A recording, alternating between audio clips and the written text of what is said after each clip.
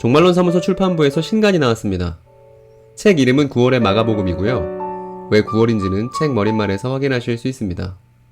마가복음 원문을 보고 제가 번역한 것을 모아서 출간했고 마가복음 전장을 다루고 있습니다. 늘상 익숙하면서도 시원하게 이해되지 않았던 복음서를, 특히 마가복음을 아주 낯설게 읽도록 돕는 번역입니다. 이단의 끄떡없는 마가복음 강의와 함께 연동되고요. 종이책은 북쿠크와 전국 유명 인터넷 서점에서, 그리고 전자책은 네이버 스마트 스토어에서 만나보실 수 있습니다. 설명란의 링크를 참조해주세요. 여러분 반갑습니다. 도봉구 친구들 만나서 너무 반갑고 또 이렇게 환대해 주시니 또 제 마음이 또 편해집니다. 사실 오늘 우리 처음 봤잖아요. 처음 봤는데 혹시 제가 여러분들을 속이거나 내지는 거짓말할 거나 뭐 이런 거에 대해서 거부감이나 내지는 우려 같은 거 안 겪고 계시죠? 그죠? 오늘 제가 여러분께 진실을 말할 것을 믿고 계시지 않습니까? 맞습니까, 여러분? 너무 사람을 잘 믿습니다. 오늘 근데 이렇게 우리가 그리스도 안에서 처음 만났음에도 불구하고 함께 하나의 이야기를 우리가 공유하고 있다는 사실을 확인하는 일이 대단히 중요합니다. 왜냐하면 이 하나의 이야기가 없어서 오늘 이 한국교회가 당면하고 있는 심각한 문제들에 대해서 오늘 여러분들께 소개해드리려고 하고, 그리고 이 교회가 앞으로 어떻게 해 나가야 하는지에 대한 구체적인 전망을 여기 자라나는 청년들과 함께 그려나가고 싶은 그런 마음이라서 그래요. 여러분, 아까 제가 기도하시는 그 자매님 기도도 잘 듣고 또 여기 표어도 되게 멋있는 걸 확인했습니다. 우리가 그리스도께 생명을 얻었잖아요. 맞죠, 여러분? 맞습니까, 여러분? 여러분, 우리가 그리스도께 얻은 생명, 그 생명 영어로 뭐죠? life죠. 근데 life는 생명이라고 옮길 수도 있지만 또 뭐로 옮길 수 있냐면 삶이라고 옮길 수 있죠. 그럼 우리는 그리스도께 내가 생명을 얻었습니다 라고 말하는 건 그리스도께 새로운 삶을 얻었습니다입니다. 그런데 우리가 알고 있는 건 뭐냐 하면 우리는 타인을 완벽하고 온전하게 이해할 수 없어요. 왜냐하면 우리는 타인이 될 수 없기 때문입니다. 예컨대 저희 부모님이 나는 너를 뱃속으로 낳았기 때문에 내가 우리 자식에 대해서 다 알아. 거짓말이죠. 왜냐하면 우리 부모님은 제가 될 수 없기 때문에. 그럼 우리가 어떤 삶이 우리에게 이식되는 그 과정은, 어떤 특정 삶이 우리에게 전이 되는 과정은 반드시 어떤 과정을 통해서만 가능하냐 하면 상상을 통해서만 가능합니다. 그래서 우리는 어떤 사람들이냐면, 크리스찬은 어떤 사람들이냐면 그리스도가 어떤 삶을 살아오셨는지를 면밀하게 읽고 그 삶을 상상해 보는 거예요. 그리고 그 상상 속에서 발견된 그리스도의 삶의 방향을 내 삶에 반영하는 것입니다. 그것이 우리가 새로운 생명을 얻는 방식이에요. 그래서 반드시 기독교에는 두 가지가 필요한데, 하나는 뭐가 필요하냐면 상상할 수 있는 거리인 이야기가 필요합니다. 그리고 두 번째는 그 이야기에 대한 철저한 상상, 공동체적 상상, 밀도 높은 상상이 필요해요. 그런데 유감스럽게도 그리스도의 삶에 대해서 내가 안다고 생각하는 착각이 그 상상을 가로막고요, 우리에게 익숙하게 알려진 지식들이 그 상상을 가로막습니다.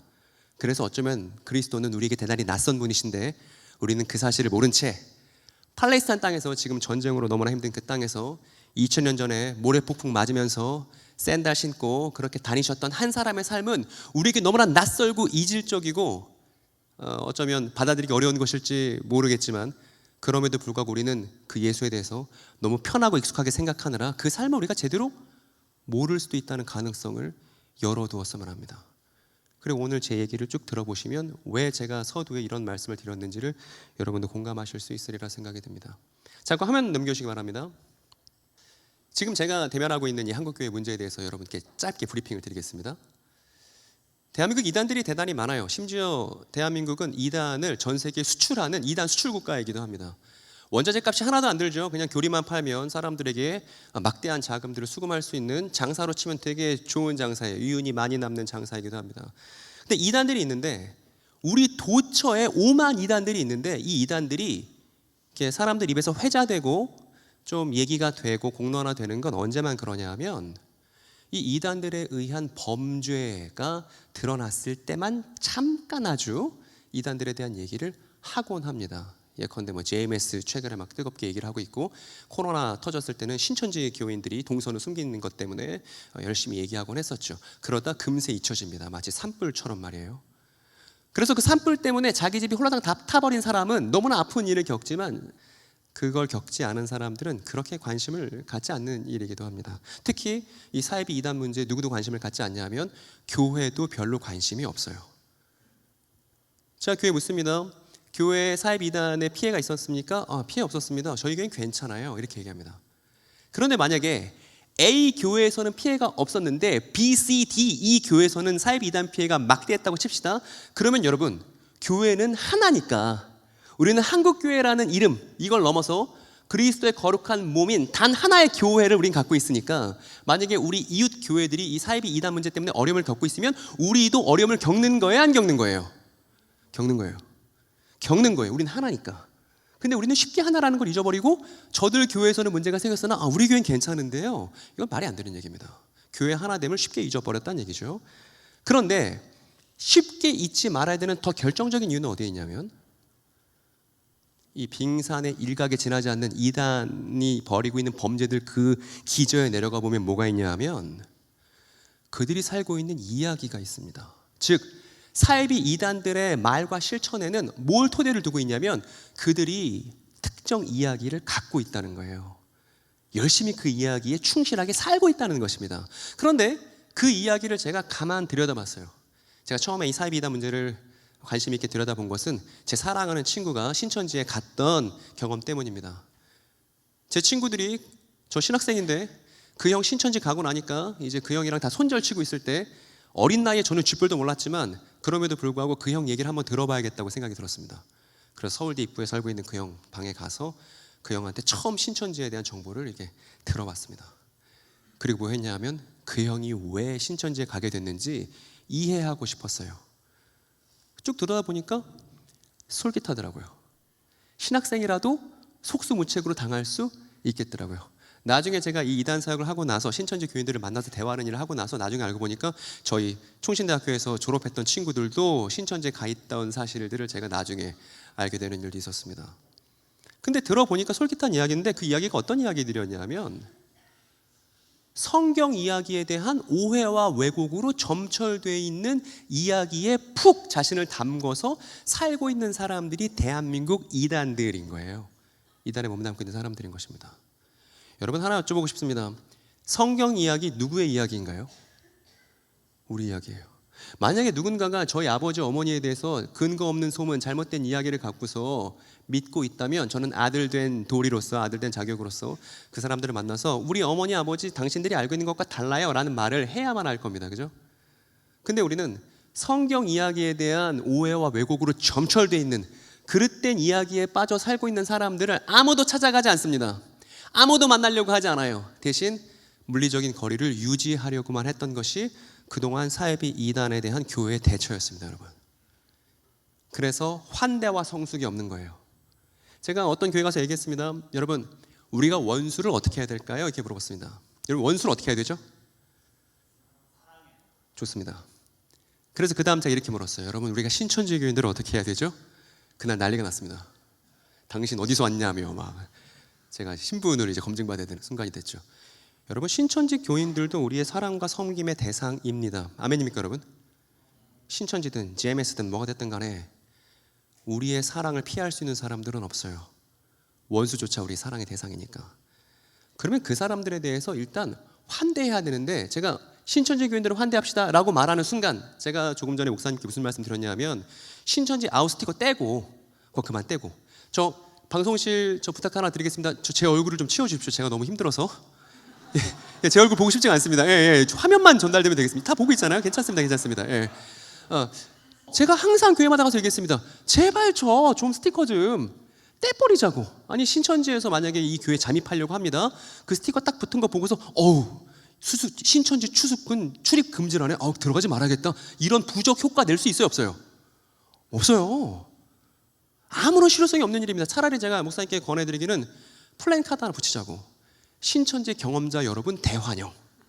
우리가 당신들을 따뜻하게 대해주고 성경에 있어서 당신들이 어떻게 오해하고 있는지를 우리가 충실하게 해명할 수 있습니다. 목사님도 해명할 수 있고 청년회장도 해명할 수 있고 이 교회에 속해 있는 모든 청년들이 내가 뭘 믿고 있는지 그 이야기를 알고 이야기를 상상해봤기 때문에 당신에게 소개할 수 있습니다. 이게 건강이잖아요. 맞지 않습니까? 환대하고 우리가 왜 우리인지를 확인할 수 있고 고백할 수 있으면 그것이야말로 진정한 성숙이라 생각합니다. 그래서 저 환대와 성숙 앞으로 다음 주에 교회 와서 볼 때마다 생각했으면 좋겠습니다. 그동안 사회에서 사람들이 손살에 쪘던 사람들을 다 환대하고 진정한 성숙은 그들을 우리가 설득할 수 있도록 우리가 우리다운 걸 준비하지 않으면 성숙이 없다는 걸 여러분들이 반드시 유념해 주셨으면 합니다. 저는 신천지 교인들 만날 때 전혀 두렵지 않습니다. 만나서 너무 얘기하고 싶습니다.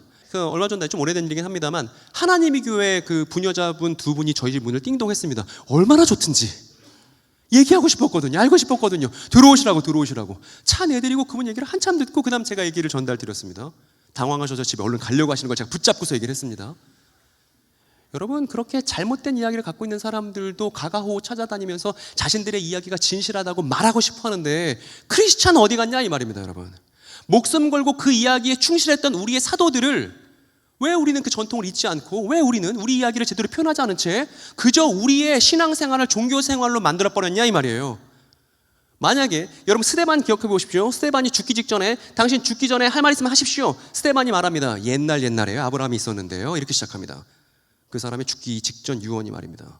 그만큼 기독교는 이야기에 꽂혀 있었고 그 이야기 안에서 예수를 상상하는 데 꽂혀 있었습니다. 목사님이 아까 말씀하셨었던 모든 성경은 하나님의 감동으로 됐다고 말했을 때 바울이 이걸 썼잖아요. 바울이 그걸 쓸 때는 신약 성경이 있었다 없었다? 없었어요. 바울이 그렇게 말할 때 모든 성경은 뭘 말하는 거냐 하면 구약 성경 말하는 거예요. 즉 구약 성경은 하나님의 감동으로 된 거예요. 그리고 그 이야기를 쭉 따라오면 그 결말에 누가 있냐 하면 예수가 계신 거예요. 그래서 구약 성경이라는 과정을 모르고서 예수라는 결론을 낼 수가 없습니다. 여러분 마찬가지로 우리가 예수를 따르는 사람들이기 때문에 구약 성경 스토리를 쭉 따라가지 않으면 우리가 누구인지를 알 수가 없는 거예요. 이 얘기가 왜 필요하냐면 보세요. 여기 한국교회 목회자와 성도가 있습니다. 권사님이 계시죠. 그리고 한국교회에서 우리가 쓰는 워딩들, 성경에서 나오는 워딩들, 영생, 구원, 하나님 나라 이런 표현들 쓰죠. 옆에는 신천지에서 1년간 교육받았던 신천지 수료생들이 있는 겁니다. 이만희 씨의 가르침을 받았던 이분들도 단어는 똑같이 써요. 영생, 구원, 하나님 나라.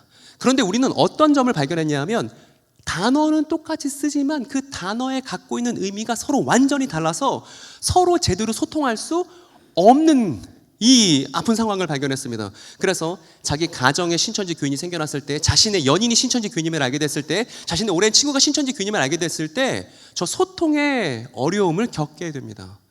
그리고 저 소통의 어려움 속에서 기독교인은 속수무책이에요. 왜냐하면 기독교인이 성경 이야기를 모르기 때문입니다.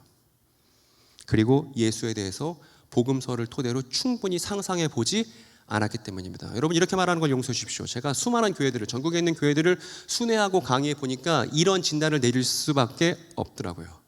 창세기에서부터 요한계시록까지 구약 성경에 나오는 언약과 예언들에 대해서 적절하게 고백하고 표현하고 설명할 수 있는 크리스찬 청년들을 저는 만나본 일이 없습니다.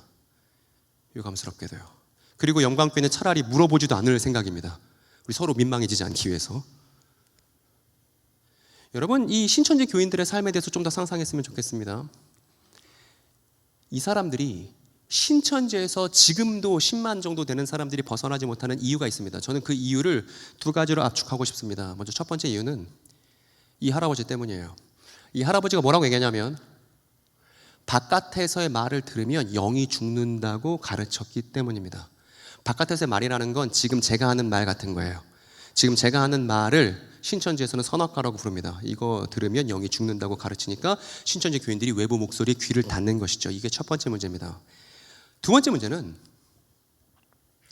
한국 교회가 신천지 교인들에게 진정한 소망을 소개하고 전달하는 일에 묵묵부답이라는 두 번째 이유가 있습니다. 여러분 예를 들어 신천지 교인 얘기 왔다고 칩시다. 여러분 그 사람한테 그 사람 얘기를 충분히 들어보고 우리가 갖고 있는 소망을 적절하게 표현하고 피력할 수 있습니까? 만약에 이걸 교회에서 할 수 없다면 대체 어디 가서 이걸 맛볼 수 있습니까? 신천지 경험자들이, JMS 경험자들이. 법원에서요? 경찰서에서요? 불가능한 거예요. 하나님 한 분을 향한 이 소망을 담고 있는 이야기를 소개받는 건 하나님께서 교회에게 맡겨주신 거룩한 사명입니다. 예언자적 사명입니다. 그래서 이렇게 말할 수 있어요. 오늘날 사이비 이단의 범람은 교회가 자신들의 소망에 대해서 적절하게 소개할 수 없게 됐기 때문에 생긴 참극이다. 이렇게 제가 진단하고 있습니다, 여러분. 그러니까 그동안 사이비 이단들 잘못됐다고 손가락질 했던 거 사실은 아무 쓸모가 없었던 거예요.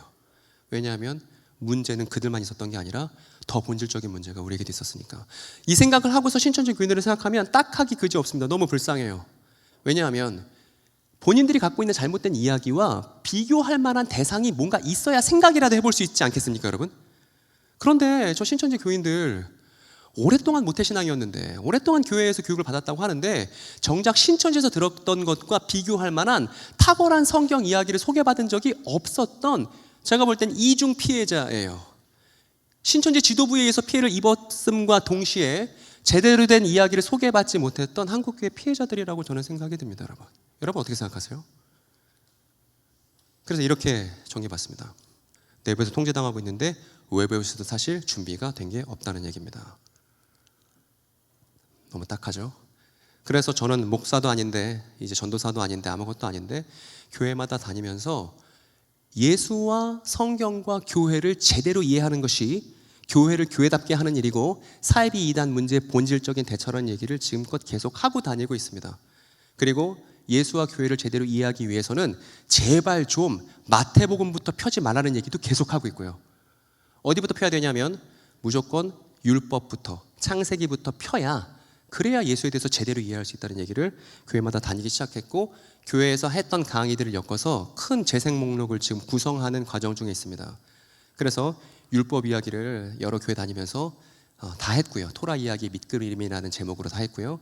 예언서에 대한 이야기, 여러분 교회에서 예언서 듣기 쉽지 않습니다. 에스겔 얘기 전체 다 듣기 쉽지 않고 스가랴 얘기 전체 다 듣기 쉽지 않죠. 그 얘기들을 또 다른 교회들 다니면서 열심히 또 강의해 왔습니다. 그리고 성경을 이해하기 위해서는, 예수를 이해하기 위해서는 적어도 그 당시 역사에 대해서 이 정도는 알아야 된다는 얘기들도 다 재생 목록으로 만들어서 강의를 마쳤고요. 그리고 이 정도 준비를 하고 나니까 비로소 우리는 어떤 준비가 되냐면 복음서를 이제야 읽을 수 있게 되었구나입니다. 그리고 여기 영광교회 오기 전까지 9개의 교회를 거쳐왔고, 지금 오늘 영광교회에서는 어떤 얘기 할 거냐면 마가복음 10장 딱 하나만 보고서 상상해 볼 거예요. 그리고 여러분들은 알게 될 겁니다. 마가복음 10장 요거 딱 한 장 우리가 읽고서 진실하게 상상해 보는 것만으로도 우리가 누구인지를 확인할 수 있고 사이비 이단 문제에 대해서 별로 걱정할 필요가 없다는 것을 여러분도 확인하게 되실 겁니다. 그리고 제가 원하기는, 아직은 영상이 올라가지 않았지만 여러분 제 채널을 구독해 주셔서, 종말론 사무소 검색하면 제 채널이 나오거든요. 그래서 목사님 오늘 재적 인원이 몇 명인지 저한테 체크해 주시면 구독자가 몇 명 늘었는지 제가 물리적으로 확인해 볼 수 있지 않겠습니까? 그래서 지금까지 했었던 강의들 여러분들이 쭉 정주행해 주시기를 간곡히 부탁드립니다. 다만 교회가 하나 이야기를 공유하고 있다는 걸 감리교회든 장로교회든 모든 교단들이 다 공통적으로 참여하고 있다는 걸 신천지 교인들도 확인하고 여러분도 확인할 필요가 있기 때문에 이 장대한 재생 목록을 정주행해 주시기를 간절히 부탁을 드립니다. 어쨌든 서론은 끝났고요. 본격적인 얘기를 시작해 보겠습니다. 제가 앞에 의미심장하게 막 얘기했습니다만 사실은 이제 편하게 들을 수 있는 얘기입니다. 여러분 지성인들이시니까 들으시면 다 이해할 수 있는 얘기. 그럼 시작합니다. 잘 따라오세요. 그리고 오늘 사이비 이단들에 관해서 추가적인 질문이 있거나 오늘 한 성경 내용에 대한 질문이 있으시면 목사님께 질문들을 취합해 주시면 그 질문들을 제가 다 묶어갖고 후속 영상을 찍어서 영광교회에 보내드리는 특별한 서비스를 제가 하도록 하겠습니다. 너무 고맙죠? 박수가 나와야 되죠, 그죠? 그죠? 이래야 되죠, 그죠? 제가 아주 노동력을 다 갈아 넣어갖고 여러분들 섬길 테니까 이 이야기에 충실하기만 하면 된다. 그게 저의 기쁨이라는 사실도 말씀드리고요. 그러면 일단 여러분 뭔가 상상하려면요, 공간에 대한 이해가 있어야 됩니다. 공간에 대한 이해. 공간에 대한 이해가 없으면 상상하기가 어렵습니다. 시간적 배경, 공간적 배경 상상하기 위해서 반드시 필요한데 유대 지역의 지리에 대해서 잠깐 우리가 알 필요가 있습니다. 여기 보면 지중해가 있고요. 지중해 옆에 산 하나가 있습니다. 이 산은 한국 사람들에게는 기도원으로 잘 알려진 산입니다. 무슨 산인지 아십니까? 갈멜산 들어보셨어요? 갈멜산이 바로 옆에 있습니다. 그리고 옆에 바다 아니고 호수인데 유대인들은 내륙에서만 살다 보니까 바다를 구경한 일이 없어서 바다라고 부르는 호수가 있습니다. 아주 유명한 호수. 어떤 호수입니까, 여러분? 갈릴리가 있습니다. 그리고 밑에 뭐가 있냐면 사해가 있고요. 갈릴리와 사해를 연결하는 강줄기 하나가 있습니다. 무슨 강인지 아세요? 요즘에는 사람들 죽었을 때 꼭 저 강 이름을 언급하던데 요단강이죠. 그렇죠. 요단강이죠. 그리고요. 여기에 예루살렘이 있어요. 사해 옆에. 그리고 예루살렘 맞은편에 원수처럼 생각하는 사마리아가 있고요. 그리고 저기에 두로와 시돈이라는 이방인 지역이 있고, 그리고 여기에 뭐가 있냐면 높은 산이라고 되어 있지만 다볼산이라고 부르는 이 산이 있고요. 그리고 여기는 펠라라는 지역이 있습니다. 펠라. 저 지역 되게 중요합니다. 펠라라는 지역. 그리고 여리고가 여기 있습니다. 그리고 오늘 마가복음 10장 1절이 이래요. 같이 상상하기 위해서 이 첫 구절부터 천천히 한번 우리 같이 한번 읽어보겠습니다. 그리고 그이는 거기로부터 일어나 유다의 경계들과 요단의 건너편으로 가셨다. 그리고 군중이 그이를 향해 다시 몰려들었다. 그리고 그이는 습관처럼 다시 그들을 가르치셨다. 이렇게 시작이 됩니다. 그러니까 성경은 연속극 같아서 지금 9장의 이야기에서 연속된 이야기들이 지금 나오고 있는데, 여러분 여기 예수님 저기 계시다는 거예요. 요단 건너편에 계시다는 거니까. 요단 건너편 하는 순간 떠오르는 사람 있습니까? 떠오르는 구약 인물 있습니까? 요단 건너편 하는 순간 한 사람은요, 이 요단 건너편에서 예루살렘으로 못 들어가고 죽었고요. 한 사람은 그 사람의 바통을 넘겨받아서 요단을 건넜던 한 사람이 있습니다. 누군지 아세요? 사람들이 이렇게 예수께 몰려들었는데 저 장소, 요단 건너편이라는 장소는 저 몰려든 유대인에게 이 두 사람을 떠올릴 수밖에 없는 그런 장소예요. 어떤 사람들이냐면 이 사람들입니다. 모세와 여호수아를 상상할 수밖에 없는 그 장소에 예수님이 계셨다는 것으로 마가복음 10장 이야기가 시작된다는 것입니다. 그런데 이 모세 하면 이 이야기를 빼놓을 수가 없는데, 여러분 모세가 시내산 앞에서 거대한 사람들, 거대한 군중들을 데리고 한 분 하나님과 계약을 체결했습니다.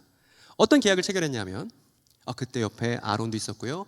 아론의 두 자식들도 제사장 직분을 처음 이제 받았던 때이죠.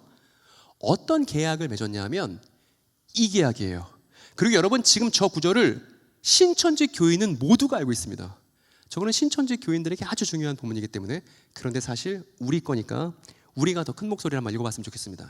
이제 너희가 정말로 나의 말을 듣고 내가 세워준 언약을 지키면 너희는 모든 민족 가운데서 나의 보물이 될 것이다. 온 세상이 나의 것이다. 여기 보면 너희가 정말로 나의 말을 잘 듣고 라고 지금 이집트에서 탈출한 지 얼마 안 되는 노예들에게 말씀하신 건데, 그 뒤에 어떻게 되냐면 이렇게요. 지금 시내산 앞에 대규모의 이집트 노예였던 사람들이 모여 있고, 이 사람들에게 바로 이 계약을 체결하기 위해서, 바로 이 언약을 체결하기 위해서 출애굽 사건도 있었던 것이고 그들에게 땅도 주셨던 거거든요. 그 내용이 뭐냐면 이거예요. 제사장 나라요. 즉 하나님께서 이스라엘 백성들을 이집트 노예로부터 출애굽시키신 건 이들을 뭐로 삼기 위해서냐면 제사장 나라로 삼기 위해서입니다. 이들에게 땅을 주신 건 왜 그랬냐면 제사장 나라로 삼기 위해서예요. 즉 이 제사장 나라로 삼기 위해서 출애굽 사건도 있고 가나안 땅 상속도 있는 겁니다. 이게 너무너무 중요한 거예요. 저 제사장 나라로 살기 위해서 필요하기 때문에 십계명 돌판도 주신 거고, 저 제사장 나라로 사는데 필요하기 때문에 성막도 주신 겁니다. 제사장 나라가 핵심이에요. 이게 아주 중요한 내용입니다. 그런데 이 제사장 나라가 왜 필요했냐면요, 이제 여러분들에게 익숙한 얘기가 나올 겁니다. 아담과 하와가 하나님의 말씀을 어겼죠. 이후 그들의 첫 번째 아들이 살인자가 됐죠. 그리고 노아의 홍수로 인류를 싹 쓸어버린 일도 있죠. 그럼에도 인류는 말을 안 듣고 바벨탑을 세우고 하나님께 반역을 했습니다. 이렇게 인간성이 전락하고 있는 처참한 상황 속에서 하나님께서 누구를 부르셨냐 하면 희망이 될 만한 첫 번째 사람을 부르셨죠. 여러분 누굽니까? 아브라함이에요. 그리고 아브라함에게 여러 가지 약속을 하셨습니다. 창세기 12장에서부터 17장에 이르는 여러 가지 약속을 하셨는데, 그 중에 핵심적인 거 하나만 여러분들께 소개를 드리면 아브라함인데 이렇게요. 아담 이후 땅에 사는 모든 민족이 저주를 받고 타락해서 다들 하나님 한 분을 모르고 힘겹게 살아가고 죄악이 죄악인지를 모르고 빠져가고 있는 상황 속에서 하나님께서 아브라함 한 사람에게 뭐라고 약속하셨냐 하면 땅에 사는 모든 민족이 너로 말미암아 복을 받을 거야 라고 약속하신 거예요. 그리고 땅에 사는 모든 민족이 복을 받게끔 하기 위해서 아브라함의 후손들이 마침내 뭐로 시내산에서 임명됐냐 하면, 여러분 뭐로 임명됐죠? 제사장 나라요. 즉 아브라함 언약을 이행하기 위해서 하나님께서는 출애굽을 감행하신 거예요. 그리고 나서요, 결말이 없어요. 그리고 나서 결말이 없습니다. 하나님께서 아브라함에게 언약도 하셨죠. 제사장 나라도 불렀죠. 그런데 그 사람들이 이제 요단강을 건너서 마침내 하나님의 그 땅으로, 약속된 땅으로 들어가려고 할 때 이야기가 끝납니다. 그래서 결말이 빠져 있는 이야기가 있습니다. 그리고 나서 우리에게 자꾸 이 이야기를 읽는 모든 독자들에게 이 질문을 떠올리게 하죠. 과연 하나님은 아브라함에게 약속하신 대로, 모세와 이스라엘에게 약속하신 대로 자신의 언약을, 자신의 말씀을 이행하실 것인가? 이 질문을 남겨두는 아주 오래된 이야기, 지금 팔레스타인 사람들과 유대인들이 싸우는 그 사이의 분수령으로 있는 아주 중요한 이야기, 신천지 교인들은 모르지만 사실 교회가 무엇인지를 말해주고 있는 아주 중요한 이야기가 하나 있습니다. 아주 오래된 이야기. 그리고 저 결말에 대한 시작이 아까 우리가 확인했었던 여호수아라는 사람부터 결말에 대한 얘기가 조금씩 단초를 보여주기 시작하거든요. 이렇게 지금 짧게 소개시켜드린 대로 아담으로부터 시작해서 모세에게서 싹도 끝나는, 충분히 하나님의 언약과 예언에 대해서 얘기하고 있지만 결말에 대해서는 얘기해 주지 않는 저 결말이 댕강 잘려나간 것 같은 저 오래된 이야기를 가리켜서 뭐라고 부르냐 하면, 모세가 기록한 저 이야기를 뭐라 부르냐 하면 창세기, 출애굽기, 레위기, 민수기, 신명기, 이렇게 5권입니다. 이 5권을 묶어서 여러분 뭐라 부르는지 아십니까? 모세오경이라고도 하고요. 이렇게 이제 표현을 쓰겠습니다. 토라요. 토라. 이걸 토라라고 부릅니다. 그런데 우리말로 번역하면 뭐가 되냐면 율법이라고 번역합니다. 율법, 토라는 창세기부터 신명기까지를 일컫는 하나의 스토리를 부르는 이름이 토라입니다. 이 토라는 하나님의 청사진이고 하나님의 계획을 보여줍니다. 하나님의 언약을 보여줘요. 하나님께서 뭘 하고 싶으신지를 보여주고, 하나님께서 왜 제사장 나라를 부르셨는지, 하나님께서 왜 이스라엘을 임명하셨는지를 보여줍니다.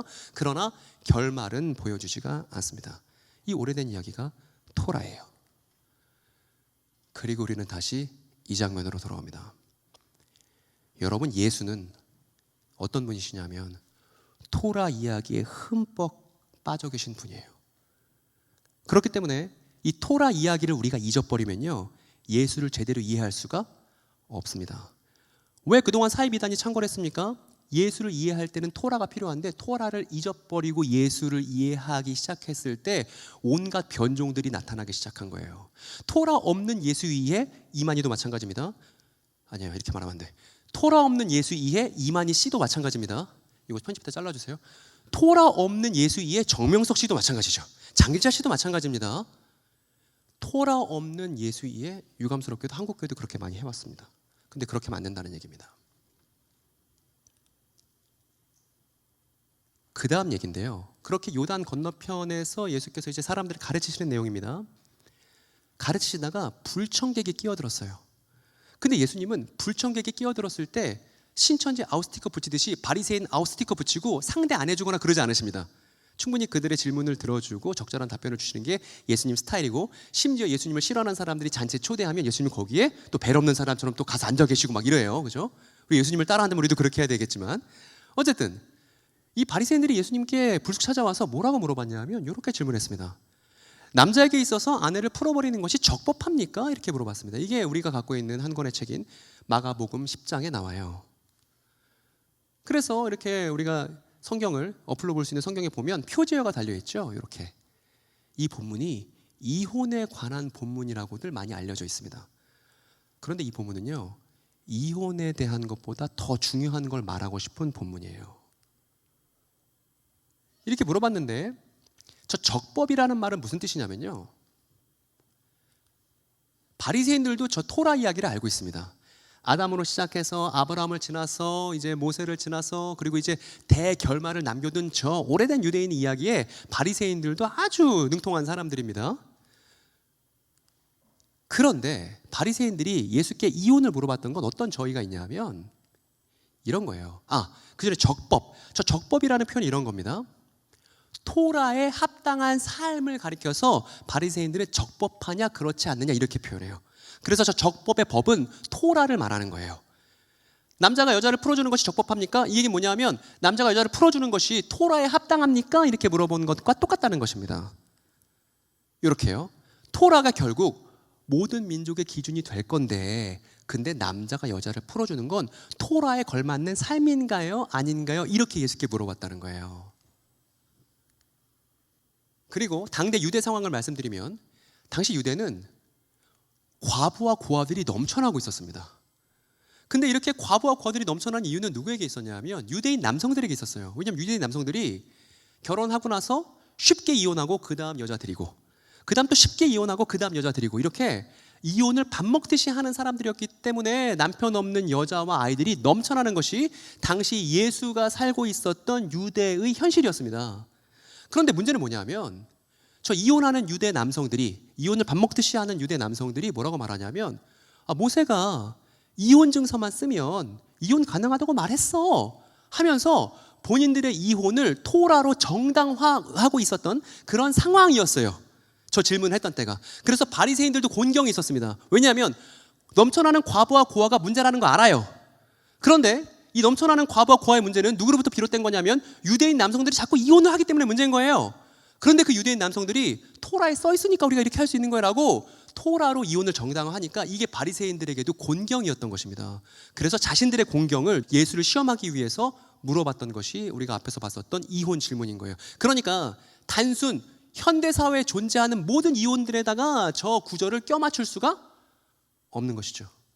우리는 당시 유대 상황으로 돌아가야 하고 당시 예수의 상황으로 돌아가야 하고 예수를 대면하고 있는 바리새인의 상황으로 돌아가지 않으면 성경의 제 의미를 확인할 수가 없다는 것입니다, 여러분. 그리고 정말 토라에 이렇게 써 있습니다. 여기 보니까 모세가 말했죠. 남녀가 결혼하고 난 뒤에 남편이 아내에게 수치스러운 일을 발견하여 아내와 같이 살 마음이 없을 때는 그에게 이혼증서 써주고 그 여자를 집에 보낼 수 있습니다라고 써놨기 때문에 바리새인들이 저 구절 때문에 유대인 남성들이 저 구절 때문에 온갖 빈번한 이혼들이 벌어지고 있었다는 것입니다. 여러분 사태가 이렇다면 만약에 제가 예수라면 이렇게 말할 수 있을 것 같아요. 이제 앞으로 모세의 율법을 따라가지 마. 모세가 말했던 토라를 따라가지 말고 내가 새로운 법이니까 내가 새로운 원칙이고 새로운 기준이니까 그거 치워놓고 이제 내 말대로 해 라고 예수라면 말할 법하죠. 그죠 여러분? 그렇게 말할 수 있겠죠. 근데 우리 예수님께서는 그렇게 말씀하지 않으시고 모세를 두둔하십니다. 모세가 그렇게 쓴 건 니네들이 못해 처먹어서 니네들에게 임시로 그렇게 말한 거야. 니네가 심장이 굳어버렸기 때문에 그래서 말한 거지 모세에게 잘못 있는 게 아니야. 니네가 문제야. 이렇게 말씀하시면서 예수님은 토라를 떠나지 않아요. 그리고 여러분 예수님의 답변을 잘 보세요. 저거 성경 어디 나오는 내용이죠? 저 내용 성경 어디에 나옵니까? 그렇죠. 창세기죠. 창세기는 토라의 첫 번째 책입니다. 즉 무슨 얘기냐면 예수님은 저 토라에서 벗어나지 않으신다는 거예요. 오히려 토라로 깊숙이 들어갑니다. 예수의 설명은 더욱더 율법적이에요. 율법 안에서 그 본뜻을 찾으려고 하는 것이 예수님의 방향입니다. 그리고 집에 왔어요. 저렇게 난리가 벌어지고 토론이 벌어진 다음에 집으로 돌아왔습니다. 제자들이 물어요. 예수님 아까 그 말씀 무슨 말씀이세요? 물어보니까 예수님께서 답변하십니다. 뭐라고 말씀하시냐면 여러분 이렇게 말씀하셨는데 유대인 남자들이 모세의 빌미로 자꾸 이혼하는 거 그거 간음이야. 이렇게 말씀하셨습니다. 이 간음이야 이거 어디에 나오는 거죠 여러분? 힌트. 이것도 십계명도 어디에 나오는 거냐면 출애굽기와 레위기에 나오는 거죠. 토라죠. 즉 무슨 얘기냐면 예수는 결단코 율법을 무효화하거나 대체하신 적이 한 번도 없어요. 예수는 율법 필요 없어 그거 이거 별거 아니야 이렇게 말씀하신 적이 한 번도 없고 예수님의 설명은 항상 토라의 본뜻을 찾아가는 방향을 갖고 있다는 것입니다. 근데 여러분 생각해 보세요. 교회 안에서 너희 교회가 율법적이니? 이런 말 해요 안 해요? 율법에 대해서 긍정적인 얘기보다는 부정적인 얘기를 훨씬 더 많이 하는 그런 신학사의 역사가 있었습니다. 신학 안에서의 연구 역사가 있었어요. 그런데 그게 아니라는 게 근래는 다 밝혀졌습니다. 율법이 없이는 예수를 이해할 수 없다는 건 이건 공리 같은 거예요. 근데 여전히 이게 지역교회 안에는 일선교회 안에는 전달이 안 돼 있는 게 현실이라서 이 사이비 이단 문제도 이런 신학적 문제의 연장선에서 벌어지고 있다는 것입니다. 다시금 토라를 통한 예수 이해가 중요하다는 것을 저 구절을 통해서도 우리가 알 수 있죠. 이만희 씨가 뭐라고 신천지 교인들에게 40년간 가르쳤냐면 이렇게 가르쳤어요. 우리는 이제 율법 시대에 사는 게 아니에요. 계시록 성취 시대를 살고 있는 거예요. 이렇게 가르쳐 왔습니다. 그래서 신천지 교인들은 토라 내용에 대해서 면밀하게 공부하거나 그것이 소중하다는 생각을 하지 않아요. 오히려 뭐라고 말하냐면 자유율법이야. 이제 그냥 우리의 양심에 따르면 되는 것이고 더 이상 토라 내용 우리한테 중요하지 않아. 이렇게 얘기합니다. 신천지 안에서. 토라가 없으면 예수의 말씀을 이해할 수 없음에도 불구하고 신천지 교인들은 토라를 소중하게 여기지 않는다고요. 그건 지나간 거라고 취급한단 말입니다. 그리고 저 자유율법이라는 말은 전도관이라는 사이비 이단을 운영했었던 박태선이 말했던 교리인데 그걸 고스란히 현대사회에서 그릇된 교리가 부활했던 걸 신천지를 통해서 보고 있습니다. 끔찍한 일입니다, 여러분. 그런데 문제는 뭐냐면 저 사람이 개신교 목회자가 됐던 천주교 사제가 됐던 우리가 교회에서 이런 말을 듣는다면 이게 얼마나 참혹한 것이냐면 율법 없는 예수와 복음서 이해를 사이비 이단이나 개신교회나 같이 공유하고 있다는 걸 우리가 아프게 확인하게 된다는 겁니다, 여러분. 이게 제가 갖고 있는 아픔이에요. 교회가 예수를 이해할 때, 복음서 이해할 때 토라를 상상하지 않는 것, 토라를 전제하지 않는 것, 이것이 우리의 방향을 제대로 된 방향 삼지 못하게 만든다는 것입니다. 다시 이 장면으로 돌아옵니다. 예수께서 말씀하셨어요. 사람들이 예수님께 이제 아이들을 데려왔습니다. 여러분, 당시 1세기 유대 사회에서 아이들은 재산 취급도 못 받았습니다. 식충이 취급받고 인격적인 대우를 받지 못하는 것이 당대 어린 아이들이었습니다. 그런데 그 어린 아이들을 쓰다듬어 주시길 바라서 아마 과부일지도 모르겠고요. 어느 어머니가 예수께 그 아이들을 데려왔죠. 그랬는데 제자들 반응이 어땠냐면 제자들은 그 아이들을 오지 못하게 만들었습니다. 오지 마. 마치 우리나라로 치면 애들은 가, 이거 어른들 일이야, 오지 마, 이렇게 했던 것이죠. 그런데 성경에서 이 복음서 안에서 예수님의 감정 표현이 나오는 그런 대목들이 드문데 예수께서 감정이 어떠시죠? 분개하셨습니다. 분개. 너무 열받으신 거죠. 그리고 뭐라고 말씀하셨냐면 그 아이들을 따뜻하게 안아주시고 이렇게 말씀하셨습니다. 아이들을 막지 말아라. 왜냐하면 그 하나님의 나라는 이러한 사람들에게 속했기 때문이다. 아멘. 내가 너희들에게 말한다. 하나님의 나라를 아이같이 받아들이지 않는 사람은 그 나라로 들어갈 수 없다. 여러분, 성경 해석의 권한은 목회자에게만 있지 않습니다. 성경은 우리 모두의 책이고 우리는 다 하나님의 제사장들이기 때문에 다 이 이야기를 잘 이해하고 표현해야 할 그런 권한을 우리가 갖고 있죠. 여러분, 이 구절 잘 보고 한번 우리가 고민 한번 해봅시다. 여기 보면 하나님의 나라를 아이같이 받아들이지 않는 사람이라고 되어 있는데 하나님의 나라를 아이처럼 받아들인다는 게 어떤 건가요, 여러분? 하나님의 나라를 아이처럼 받아들이다. 문법적으로는 두 가지가 가능합니다. 첫 번째는 뭐냐면요, 아이가 받아들이듯 하나님 나라를 받아들이다로 해석할 수 있습니다. 아마 이런 해석에 익숙하신 분들이 많을 거예요. 뭐냐면 하나님의 나라를 어른처럼 이것 따지고 저것 따지지 말고 그냥 순수하게 하나님의 나라를 수용하라는 그런 설교들이 한국 교회에 많이 있었기 때문에 하나님의 나라를 아이가 그 나라를 순수하게 받아들이듯 받아들여라, 이런 얘기들이 우리에게 익숙합니다. 그런데 또 다른 가능성이 있는데 이런 가능성도 있습니다. 두 번째는 뭐냐면 아이를 받아들이듯 이렇게 할 수도 있죠.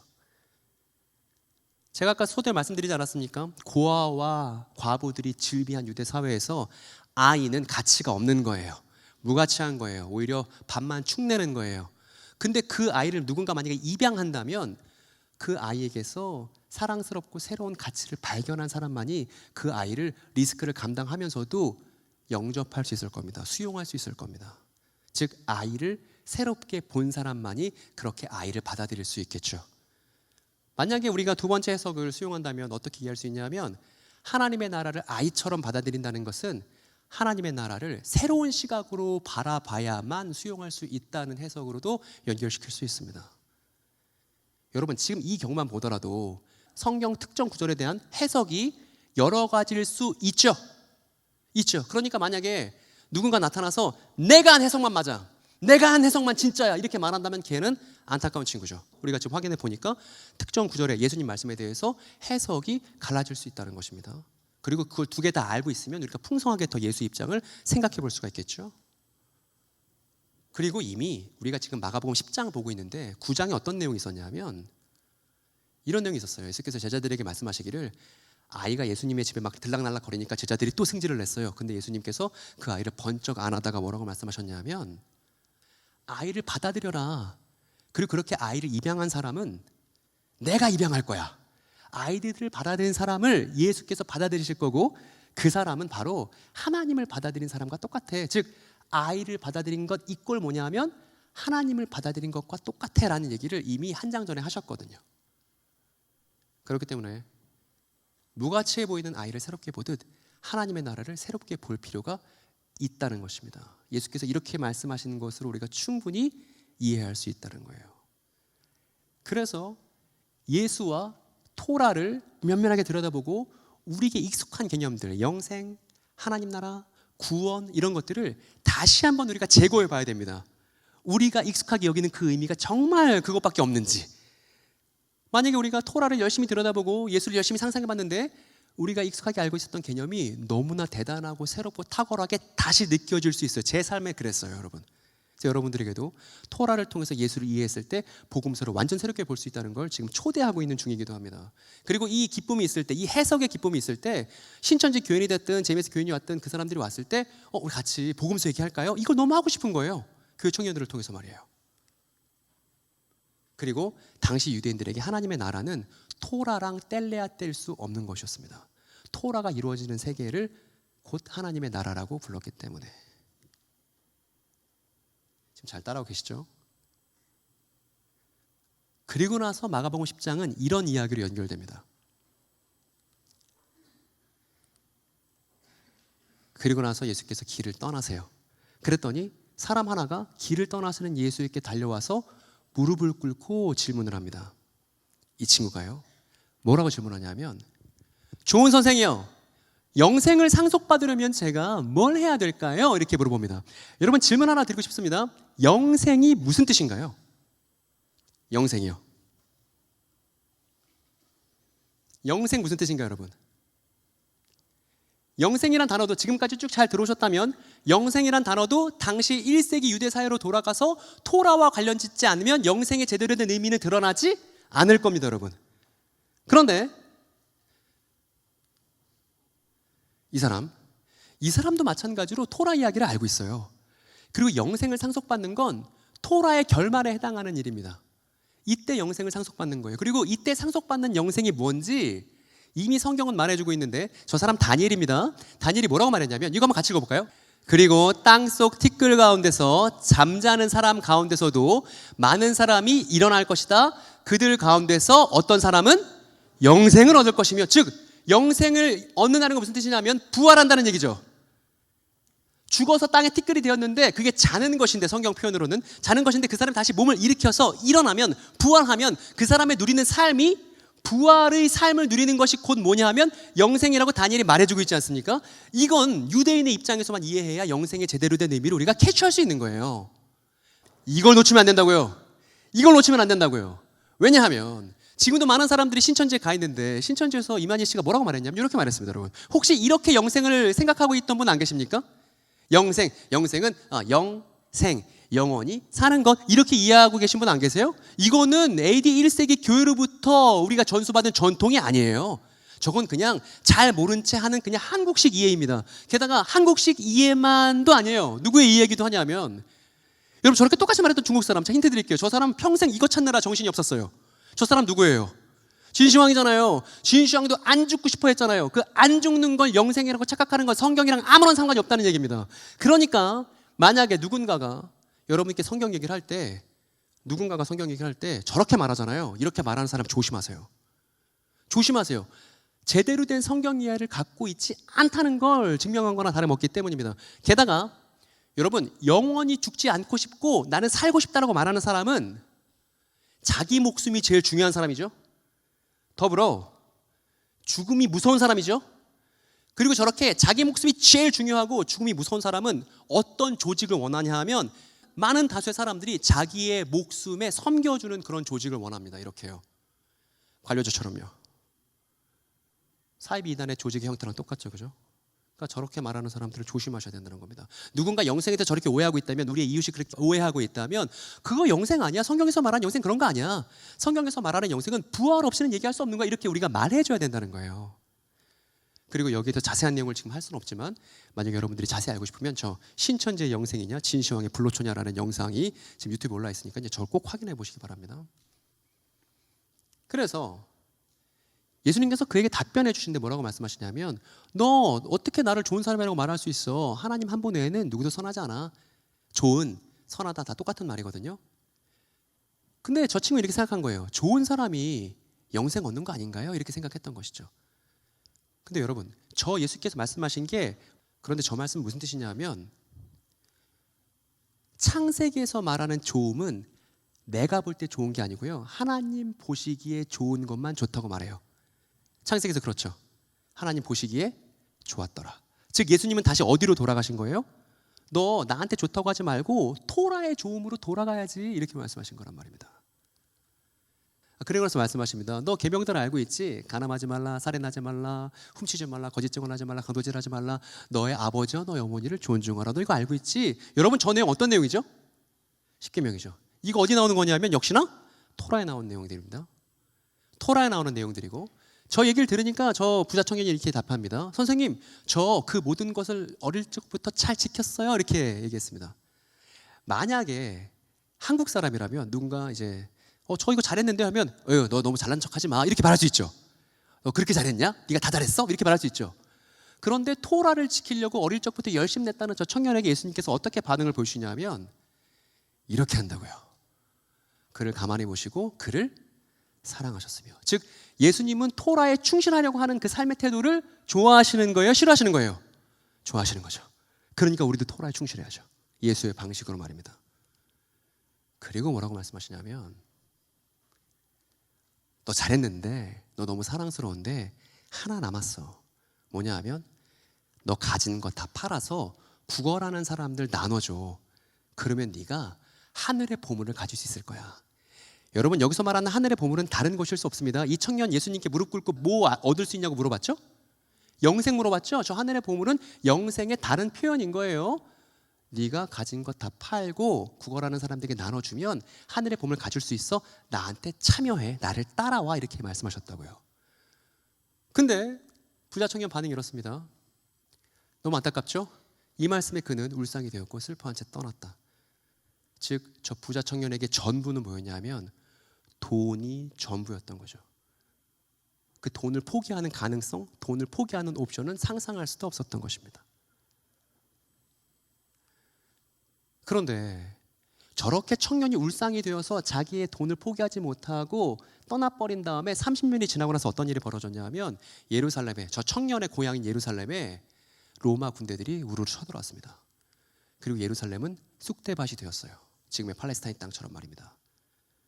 그리고 여러분, 이 사람 이름을 모르면 안 되는데 예수를 따르는 사람들은 반드시 이 사람에 대해서 알고 있어야 됩니다. 누구냐면 교회 역사에 대해서, 교회 초기 역사에 대해서 전해주고 있는 몇 안 되는 역사가 중에 한 사람입니다. 유세비우스라는 사람인데, 이 사람이 뭐라고 말했냐면, 예루살렘에 있었던 예수를 따르는 사람들은 전쟁이 일어나기 전에 계시를 따라 펠라라는 지역으로 도망가서 그쪽에서 거주하게 됐습니다, 이렇게 말합니다. 여러분, 그림을 잘 봐주세요. 저렇게 예루살렘이 박살나기 전에 예수를 따르는 사람들은 어떻게 했냐면 여호수아 때부터 상속받았던 그 약속의 땅 가나안 땅을 다 돈으로 팔아서 다 가난한 사람들 고아와 과부에게 나눠주고 집단 이주를 했다고요. 이게 교회의 시작입니다, 여러분. 교회는 그러니까 어떤 조직이라고 말할 수 있냐면 요것만 보면 돈이 중요한 거예요, 친구가 중요한 거예요. 점점 현대사회가 될수록 이런 얘기 하기가 어려워집니다. 돈이 전부가 아니라는 얘기하는 게 점점점 망설여집니다. 그런데 교회의 초기 모습을 역사 안에서 확인하면 그렇지 않다는 거예요. 교회는 어떻게 시작했냐면 예루살렘이 망하기 전에 자기 재산을 다 팔아서, 심지어 그 재산이 내가 대대로 상속받았던 약속의 땅이라 할지라도 그거 팔아서 고아와 과부들을 친구 삼고 그렇게 이주했었던 사람들이 최초의 교회였다는 것입니다, 여러분. 그리고 그 교회 후손들이 바로 여러분들이에요. 그렇기 때문에 우리는 돈보다 친구가 소중한 사람들의 그 계보를 잇고 있는 것이죠. 뒤에 좀 더 얘기 들어보세요. 그렇게 얘기를 했는데 그 다음에 저게 나오는 거예요. 이 문맥과 흐름을 따라서 저 유명한 낙타 구절이 나오는 겁니다. 저렇게 부자 청년이 울상이 돼서 떠나니까 자손들아, 아브라함의 자손들아, 모세의 자손들아, 다윗의 자손들아, 하나님의 나라로 들어가는 것이 진짜 어렵구나. 낙타가 바늘구멍을 관통해서 들어가는 것이 부자가 하나님 나라로 들어가는 것보다 더 쉽겠구나, 이렇게 말씀하셨단 말입니다. 즉 결정적인 순간에는 돈을 내려놓고 친구를 선택할 수 있어야 된다는 것입니다. 여러분, 저 말씀 예수께서 고매한 윤리를 말씀하시는 게 아니에요. 우리가 그냥 다 재산 포기하고 친구만 따라다니자 이 얘기를 하는 게 아닙니다.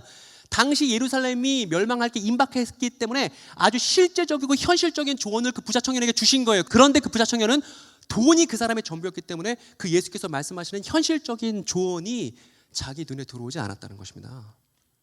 그런데 저 제자들 꼴 좀 보십시오. 제자들 뭐라 그래요? 아니 그럼 대체 누가 구원을 받아요? 라고 얘기하는 건 저 제자들도 뭐밖에 안 보인다는 거예요. 돈 무새이기는 마찬가지라는 것이죠.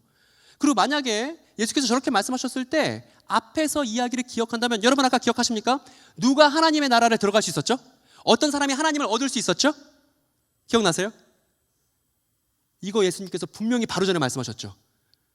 아이를 받아들이는 사람이 하나님의 나라를 얻게 된다고 말씀하지 않으셨습니까? 그러면 재물을 팔고 고아와 과부들에게 나눠주고 그들과 함께 친구가 되어서 이주하는 건 당대 아주 실제적이고 역사적인 방법이었다는 것입니다.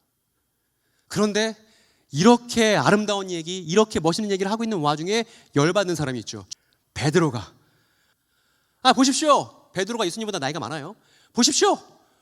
우리는 모든 것을 다 버리고 당신께 참여했잖아요. 이 얘기를 합니다. 저 얘기 왜 하는 거예요? 뭔가 보상이 있어야 될 거 아닙니까? 뭐 이런 얘기 하는 거잖아요.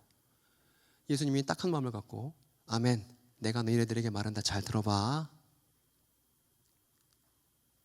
집이나 형제들이나 자매들이나 어머니나 아버지나 자녀들이나 땅들을, 니네가 오랫동안 상속받았던 그 땅들을 나 때문에, 복음 때문에 놓아버린 사람은 누구라도 100배의 집들, 형제들, 자매들, 어머니들, 자녀들, 땅들을 얻게 될 거야. 여러분 잘 보세요. 이때 잃어버렸는데 이때 못 돌려받는 게 하나 있습니다. 다 돌려받거든요. 100배 돌려받습니다. 근데 이때 잃어버렸는데 못 돌려받는 거 하나 있어요. 찾아보세요. 이거 숨은 그림 찾기, 이게 틀린 그림 찾기랑 똑같죠? 이때 잃어버렸는데 돌려받을 때 못 받는 게 있습니다. 아빠는 못 받아요. 아빠는 못 받아. 왜냐하면 이 100배 가족은 아빠가 한 분이거든요. 그리고 아빠를 돌려받더라도 그 아빠를 뭐로 돌려받는 거냐면 형제로 돌려받겠죠. 그래서 여기는 가부장제가 없어요. 남성 우월주의가 없습니다. 그 남자들이 자꾸 이혼을 밥 먹듯이 할 수 있는 그 남성에게 많은 권위를 부여주는 게 여기는 없는 거예요.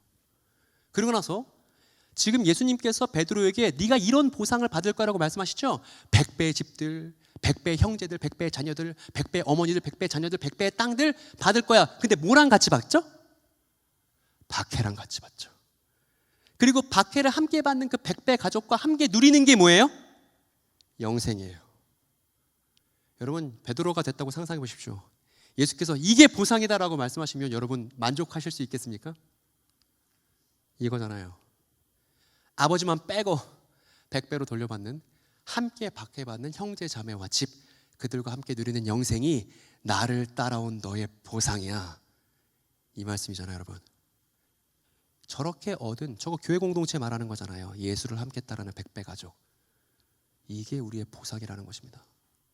아마 베드로는 이때는 이해 못했을 것이지만 저 100배 가족, 100배 가족, 30배, 60배, 100배 열매를 얻는다고 했을 때 그 열매도 저 100배 가족. 그러니까 예수님의 말씀의 결론이 누구를 향하고 있습니까? 여러분들을 향하고 있습니다. 신천지가 아니라. 이걸 신천지 교인들에게 적절하게 소개해야죠. 저 이야기의 주인공이 우리니까. 아까 이런 상황이었다고 했잖아요.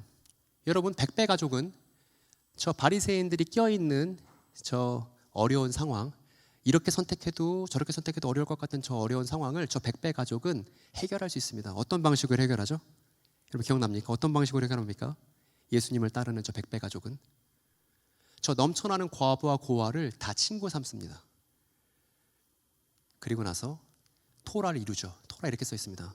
너는 과부와 고아를 해롭게 하지 말아라. 출애굽기에 써 있죠. 또 토라에 써 있습니다. 신명기에, 토라의 결론이 신명기에 뭐라고 써 있냐면 하나님은 고아와 과부를 신원하신다. 즉 저 100배 가족은, 예수를 따르는 사람들은, 함께 박해받는 저 영생의 사람들은 어떻게 저 당대 문제를 해결했냐 하면 넘쳐나는 과부와 고아를 친구 삼고 저들을 사랑하는 토라의 삶을 어렵더라도 박해가 있더라도 수행해 나가는 방식으로 저 문제를 뚫어나갔다는 것입니다. 아까 이야기죠. 이 사람들 말입니다. 그리고 오늘 마지막입니다. 누군가는 재물보다 친구가 소중해서 교회 공동체다운 삶을 시작했으나 그 삶을 버리는 사람들이 생길 것이고, 누군가는 돈이 전부인 줄 알았으나 그러나 돈보다 친구가 소중한 거 알아서 사회에서 어려운 사람들을 친구 삼아서 예수님 따르는 사람다운 삶을 시작하게 될 것, 이거 교차될 것임을 예수께서 말씀하셨다고 생각합니다. 그리고 제가 신천지 교인들 내지는 사회비난에 몸담고 있는 어려운 피해자들을 만나서 친구 삼는 건 저 말씀을 제 삶에 적용하고 싶은 작은 일환입니다.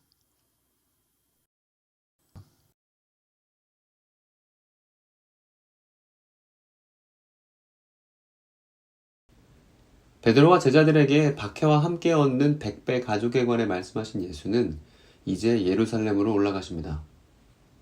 예수께서 박해당하시거나 죽임당하실 거라는 생각은 조금도 하지 않는, 그리고 자신들이 부자들과 함께 하게 될 것이라고 기대하고 있었던 제자들은 예수의 말씀에 어안이 벙벙해진 채 예루살렘으로 성큼성큼 걸어 올라가시는 예수를 마지못해 따르고 있습니다.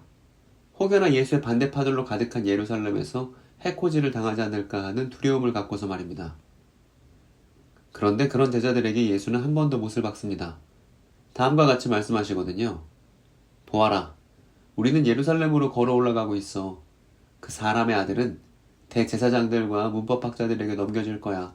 그리고 그들은 그에게 죽음을 언도하고 그를 이방인들에게 넘길 것이며 사람들은 그를 조롱하고 그에게 침뱉을 것이며 그를 채찍질하고 죽일 것이다.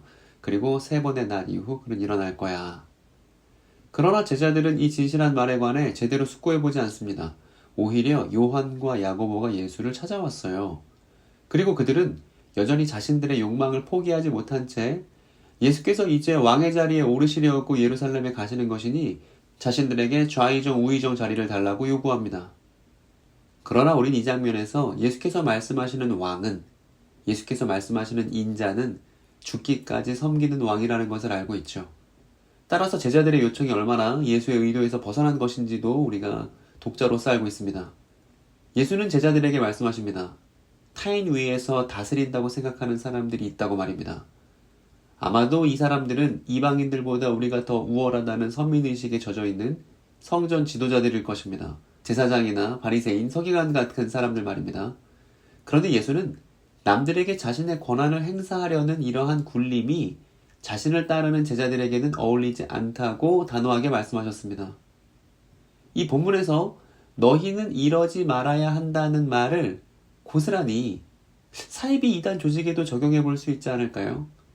남들 위에 군림하며 더 큰 권한을 행사할 것을 추구하는 사람들 말입니다. 마치 신천지 교인들 위에 사명자들이 있고 그 사명자들 위에 이만희 씨가 있듯이 말이에요. 그리고 사명자들의 군림에 관하여 많은 이들이 상처받고 또 제보도 들어옵니다. 그리고 가장 정점에 있는 이만희 씨로부터 권력이 행사되죠. 그런데 정점에 있는 이만희 씨는 횡령과 여자 문제로 법정에 선 바가 있습니다.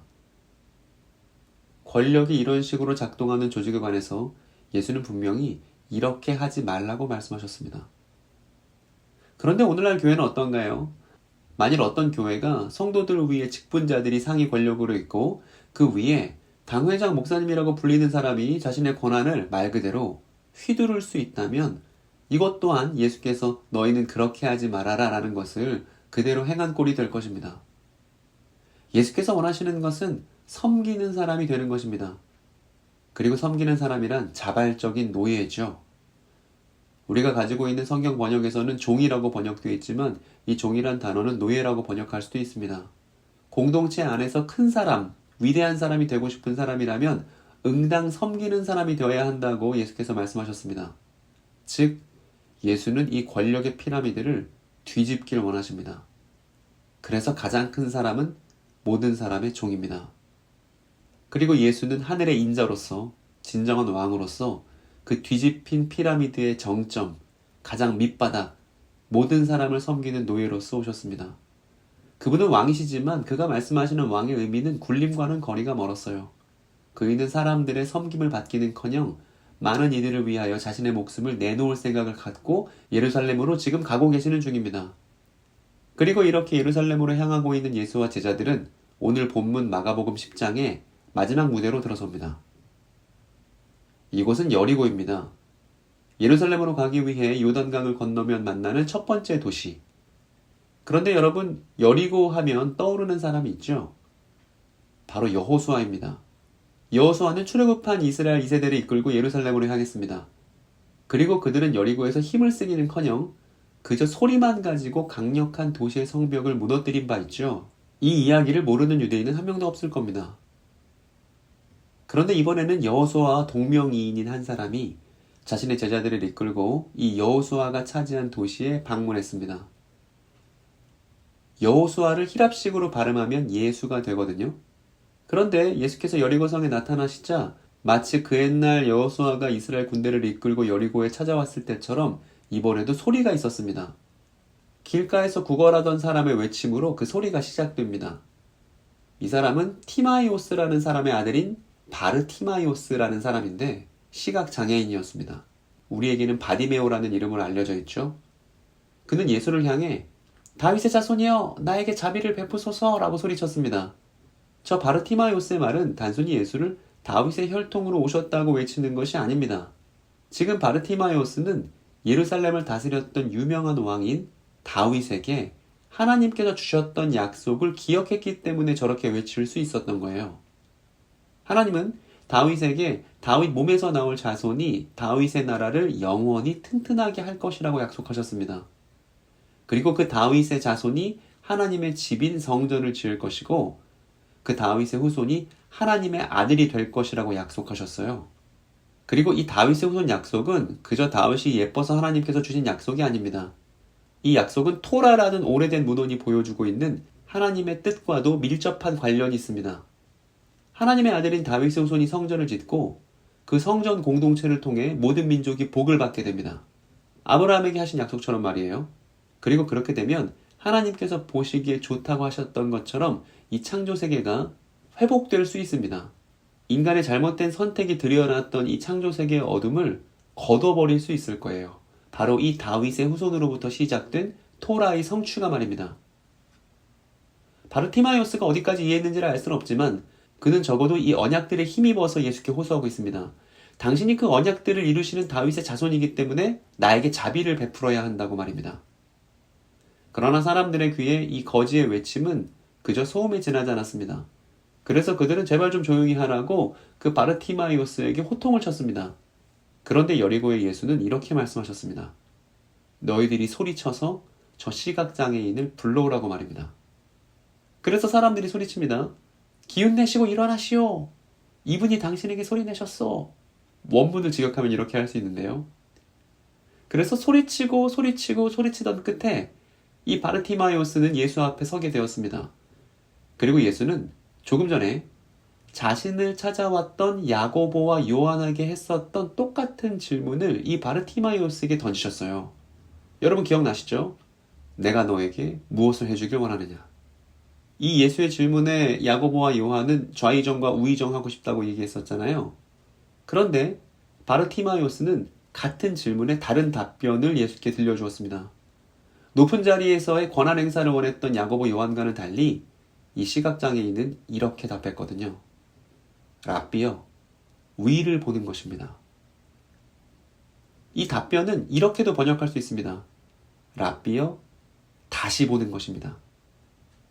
요한복음 3장에 니고데모에게 하신 말씀 아시는 분 계실 거예요. 사람이 하나님 나라를 보기 위해서는 다시 태어나야 된다는 내용이 그 본문에 나오는데 성경에서 다시 태어나는 것은 위로부터 태어난다는 말로도 번역할 수 있습니다. 즉 히라버는 한 단어가 위라는 뜻과 다시라는 뜻을 동시에 가리킵니다. 그리고 우리는 앞에서 예수와 어린아이에 얽힌 이야기들을 보았었죠. 예수는 무가치해 보이는 어린아이를 입양하는 것이 곧 하나님을 받아들이는 것과 똑같다고 말씀하셨습니다. 즉 무가치해 보이는 어린이에게 새로운 가능성, 사랑의 가능성을 발견한 사람처럼 하나님 나라에 대한 새로운 시각이 필요하다고 제자들에게 가르쳐 주신 바가 있죠. 제 이전 영상에서 자세히 말씀드렸듯이 말입니다. 그러나 그럼에도 불구하고 제자들은 여전히 권력을 향한 욕망에 사로잡혀 있습니다. 그러나 이 여리고의 거리는 예수께 권력을 요구하지 않았습니다. 그가 원했던 것은 다시 보는 것, 즉 하나님의 창조 세계를 새롭게 마주하는 것을 요구했습니다. 다윗의 후손에게요. 그리고 예수는 그러한 바르티마이오스의 눈을 열어주셨고 그에게 이렇게 말씀하셨죠. 가라, 너의 신실함이 너를 온전하게 했다. 이때 제가 신실함으로 번역한 것은 여러분 갖고 있는 성경에는 믿음으로 번역되어 있을 거예요. 그런데 이 신실함, 믿음, 이 단어의 의미는 그냥 믿는다는 뜻이 아니라 하나님께서 주신 언약들에 대해서 충실하다는 말이 이 믿음, 신실함이란 말입니다. 즉 예수는 바르티마요스가 언약에 충실했기 때문에 눈을 떠서 세계를 다시 보게 되었다고 말씀하신 것이죠. 그리고 예수는 바르티마요스에게 가라고 하셨지만 새로운 눈, 새로운 관점, 새로운 시야를 얻은 그는 예수를 따라 올라갑니다. 우리가 앞에서 봤었듯 예수와 함께 예루살렘에 올라가는 것이 정말 싫어서 두려워하던 제자들과는 달리 이 다시 보게 된 사람은 다윗의 후손이자 말씀만으로도 새로운 변화를 갖고 온 이 여호수아를 따라 예루살렘으로 기꺼이 올라갑니다. 그리고 마가복음 10장 이야기가 이렇게 마무리됩니다. 여러분, 사이비 이단으로부터 자신을 지키면서도 사이비 이단에서 소망을 찾는 이들을 섬길 수 있는 바른 해석이 있습니다. 그 바른 해석이란 오늘 우리가 마가복음 10장 이야기를 공부하면서 알게 된 것처럼 유대인의 오랜 이야기인 토라의 기초에 있다는 사실을 잊어서는 안 되겠습니다. 우리가 지난 시간 다뤘던 마가복음 10장의 내용 중에 이런 키워드들이 있었습니다. 하나님 나라, 구원, 영생, 이런 단어들 말입니다. 그런데 이러한 단어들은 토라를 잘 알고 있었던 당대 유대인의 시각에서 들여다보면 다음과 같은 새로운 의미로 이해할 수도 있다는 사실을 우리가 확인했습니다. 지금까지의 마가복음 이야기를 잘 보셨다면 제가 다음과 같이 정리한 내용에 고개를 끄덕이실 수 있을 거예요. 먼저 천국은 다윗의 후손 언약을 따라서 그 후손이 이루는 영원한 다윗의 나라, 토라가 성취된 이스라엘이 천국을 의미한다는 것이죠. 그리고 구원이란 예수의 말씀대로 부자는 얻기 어려운, 아이를 영접하듯 하나님의 나라를 받아들이는 사람에게 주어지는 새로운 삶이라는 것. 마지막으로 영생이란 재물보다 중요한 사람들과 함께 박해를 받으며 100배 가족이 누리는 새로운 시간이라는 것.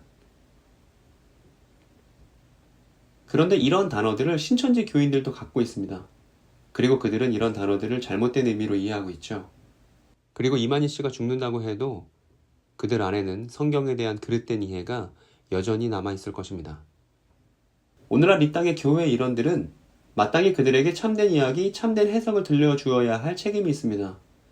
이때 필요한 것은 두 가지인데, 하나는 성경 개념들에 대한 바른 이해, 토라에 기초한 꼼꼼한 복음서 읽기라면, 다른 하나는 뒤집혀진 피라미드, 곧 예수께서 원하셨던 공동체라 말할 수 있을 거예요. 저는 이 두 가지가 있다면, 즉 바른 성경 이해와 뒤집어진 권력의 섬김의 공동체가 있다면 신천지 교인들이 기꺼이 입었던 신천지 정체성을 스스로 벗게 만들 수 있을 것이라고 저는 확신하고 있습니다. 그럼 이어지는 강의에서 마가복음 11장으로 여러분들을 만나겠습니다.